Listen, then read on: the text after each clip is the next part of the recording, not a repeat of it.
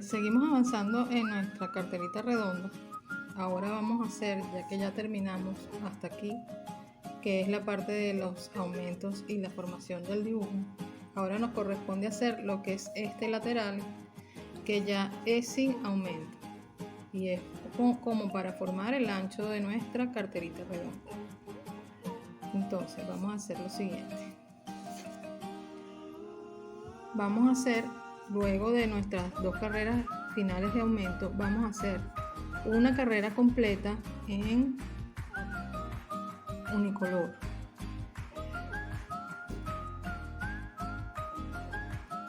Simplemente vamos a hacer la vuelta sin aumentar nada, igualito llevando todos nuestros hilos internos y manteniendo la puntada que nos quede pareja.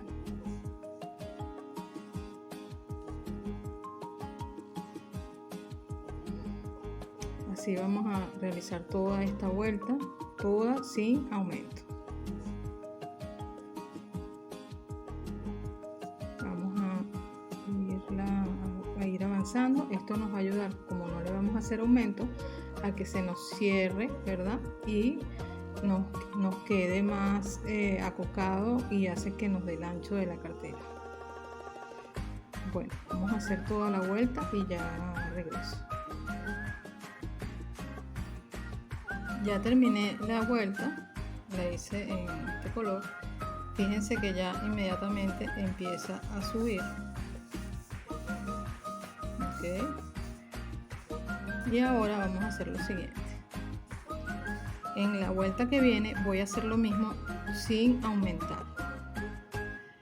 Pero vamos a dejar, antes de llegar al final, una cantidad de medio punto sin tejer, que es donde va a estar el espacio de mi cierre. El tamaño de mi cierre, en este caso, el largo total es de 20 centímetros.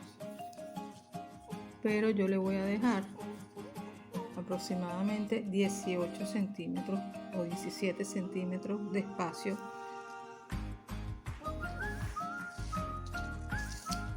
O sea, voy a comenzar a tejer la vuelta, doy la vuelta, ok, y no la termino, no termino la vuelta completa, sino que antes de llegar a mi marca dejo 17-18 centímetros de largo, que es donde voy a colocar luego el cierre. Voy a empezar la vuelta y ya les enseño. Ok, ya di la vuelta y llegué hasta esta parte. No he llegado a la marca. Observen que aquí está mi marca. No he terminado la vuelta. Y en mi caso, mi tamaño me dio para 102 puntos que ya realicé. Y así me da la medida, ¿okay?, para colocar el cierre. Lo vamos a dejar así, no vamos a completar, llegamos hasta aquí y lo que vamos a hacer es que vamos a cerrar nuestra carrera. Como lo hemos hecho anteriormente, con punto deslizado. Okay, se me fue, voy a hacer. Ok, aquí tengo, ¿verdad? Queda así. Bueno, aquí hago mi punto deslizado, saco el hilo y ahí voy a cortar la hebra.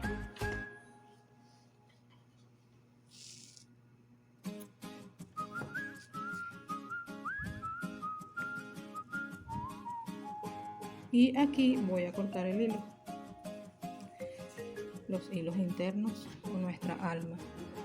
Vamos a dejarle un poquitico para que esto no se nos retire, se nos vaya, se nos vaya y no nos quede el mismo grueso en la puntada. Vamos a cortar.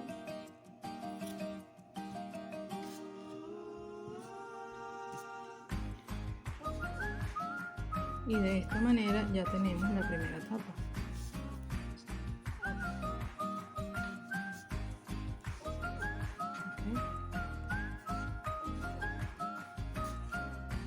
Así, de esta manera. Vean que aquí se puso recta porque no hicimos aumento. Así nos queda. Bueno, ahora la otra parte la vamos a realizar, que es la segunda tapa. Viene siendo esta. En este caso yo la hice unicolor.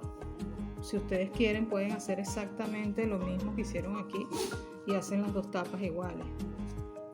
En el caso de esta muestra es unicolor para que aprendan otras técnicas. Aquí lo que hice fue que realicé exactamente los mismos serie de aumentos y igualmente le coloqué internamente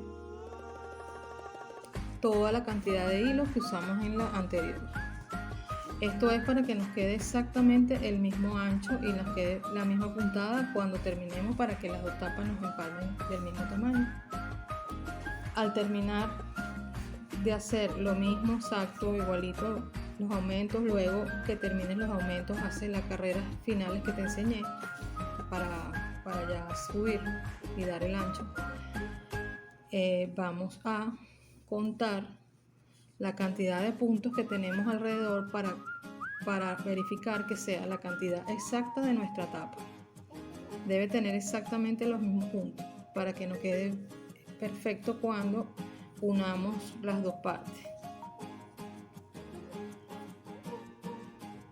Bueno, espero que vayan bien. Vamos a seguir adelante. Yo voy a comenzar a hacer la tapa de este unicolor para después enseñarles cómo vamos a unir las dos tapas. Muchísimas gracias.